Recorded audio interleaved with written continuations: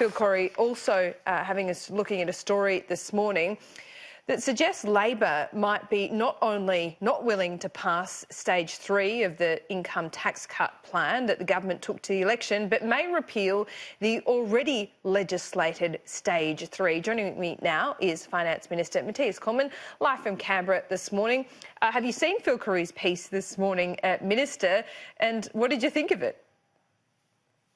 Well, I mean, there's obviously some people inside the Labor Party trying to make life difficult for Anthony Albanese. I mean, any Labor MP who thinks that even before the Parliament has reconvened, they should fight for $137 billion in higher taxes and continue to prosecute the politics of envy, class warfare argument that the Australian people have rejected, is just arrogantly thumbing their noses at the Australian people.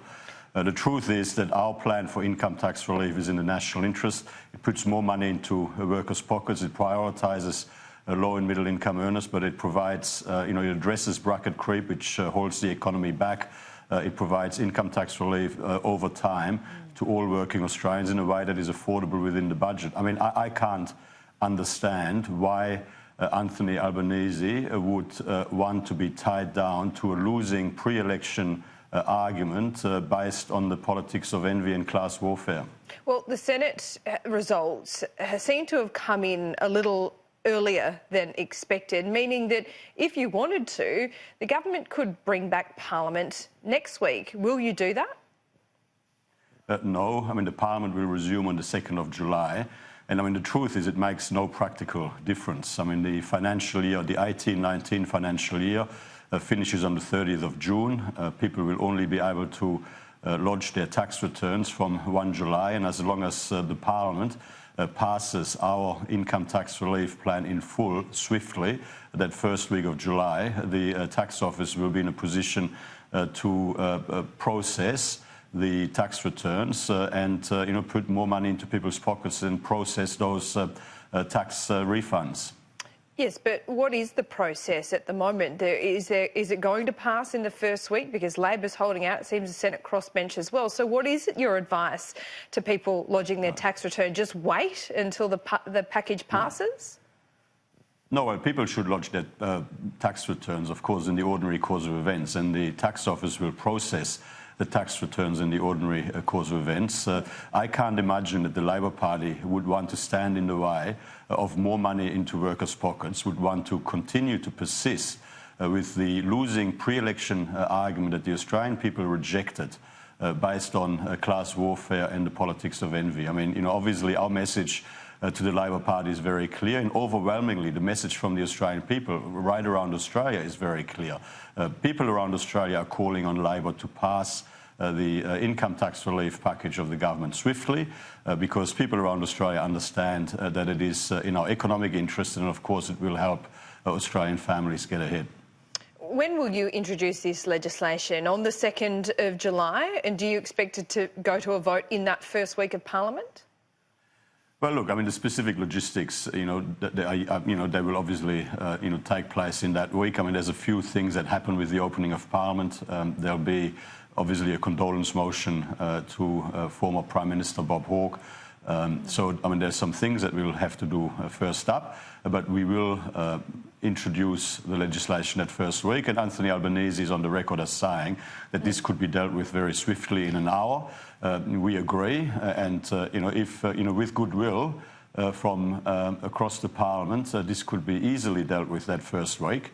But obviously we don't control the actions of all others. But our intention certainly is to deal with it that week. There is a very real prospect, Minister, isn't it, that it won't be passed till the end of July?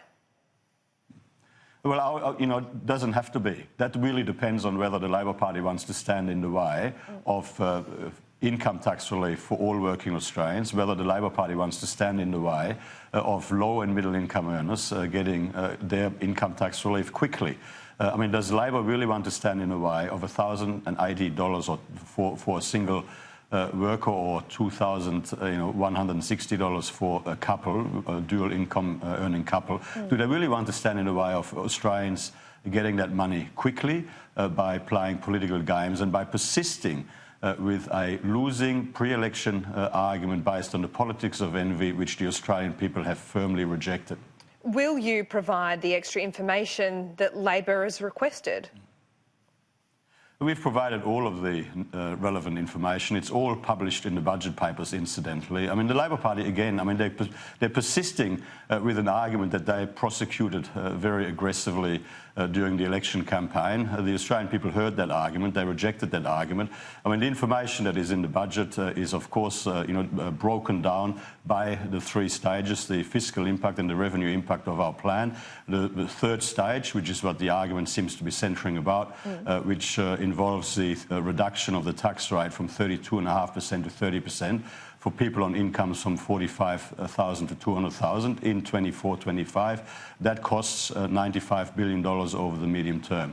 We've also, of course, provided relevant distributional analysis. I mean, our budget papers show that the proportion of tax paid by the highest income earners remains broadly the same. In fact, the top 1% of income earners will pay slightly more tax as a proportion of overall income tax. And so, I mean, the Labor Party just really is trying to run this dishonest argument around the politics of envy. I mean, they're still trying to turn Australian against Australian. The truth is, all we're doing at the higher income end is to ensure that people don't go backwards, that we don't allow the silent thief that is bracket creep to undermine aspiration. And indeed, I mean, everybody understands that bracket creep is bad for the economy. We need to continue to address bracket creep to ensure that the economy continues to grow as strongly as possible, which is important for low and middle income earners in particular, because their future opportunities, of course, depend very much on our future economic growth. Minister, you're making a good argument for actually going further at that higher end. As you say, this will barely cover bracket creep by the time stage 3 is actually put in place. Will you look at further relief at that end? I mean, Craig Emerson, for one, this week was arguing that a 47 or 49 cent in the dollar rate is just too high.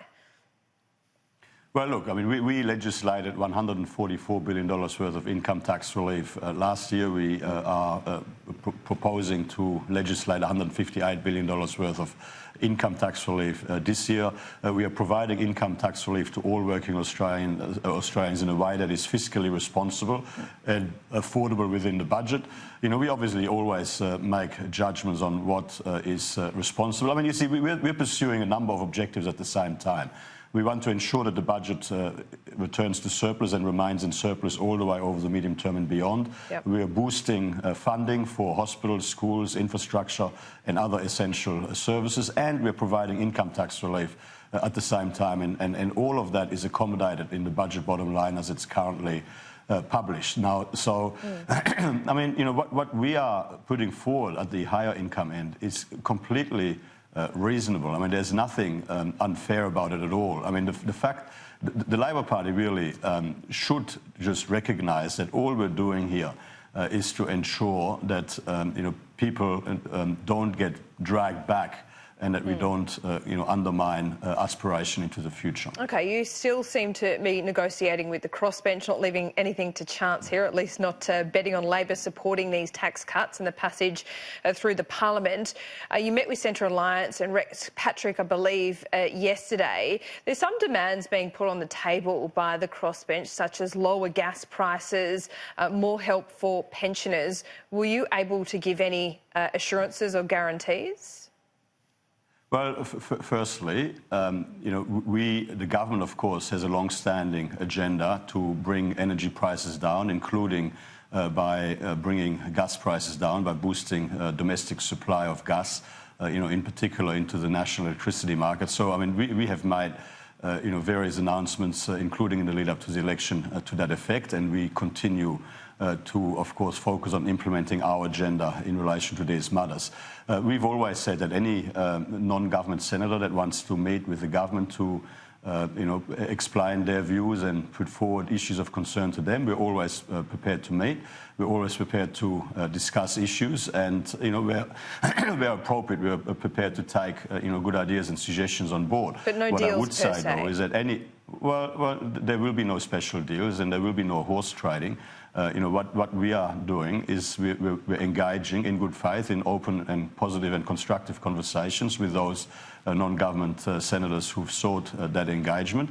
Okay. That is what we always do. But any decision has to be a decision on its own merit. Any decision has got to be a decision on its own merit.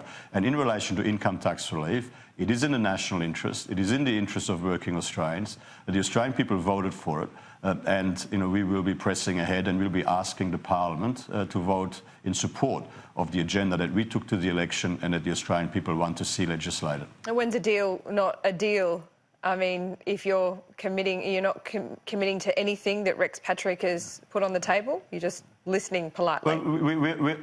Well, we're working to persuade all non-government senators to support the plan that we took to the last election, which will help to build a stronger economy, which will help ensure that we can put more money into workers' pockets and get more people into work by stimulating the economy. I mean, that is, right. That is the conversation that we're having. But look, I'm not going to provide a running commentary on all of the issues that are raised with us from time to time. But any judgments that the government makes on any policy issues have got to be judgments, that stand on their own 2 feet. OK, just finally, Cory Bernardi has flagged that he might want to rejoin the Liberal Party. Have you spoken to him? Would you welcome him back? Well, look, I speak, as you know, I speak to all non-government senators that are, prepared to engage with us in relation to a whole range of matters. I speak to Cory from time to time, of course. In relation to, the reports this morning, I mean, that is really a matter for the Liberal Party in South Australia. Well, it wasn't reports. He said it on Sky News yesterday. Would you welcome him back? Would you like to see him back in the ranks? It doesn't matter to you. Well, look, I mean, I'd always like to see additional members in the Senate join the Liberal national team, of course. OK, we'll see where that ends up. Matthias Cormann, thank you for your time. Always good to talk to you.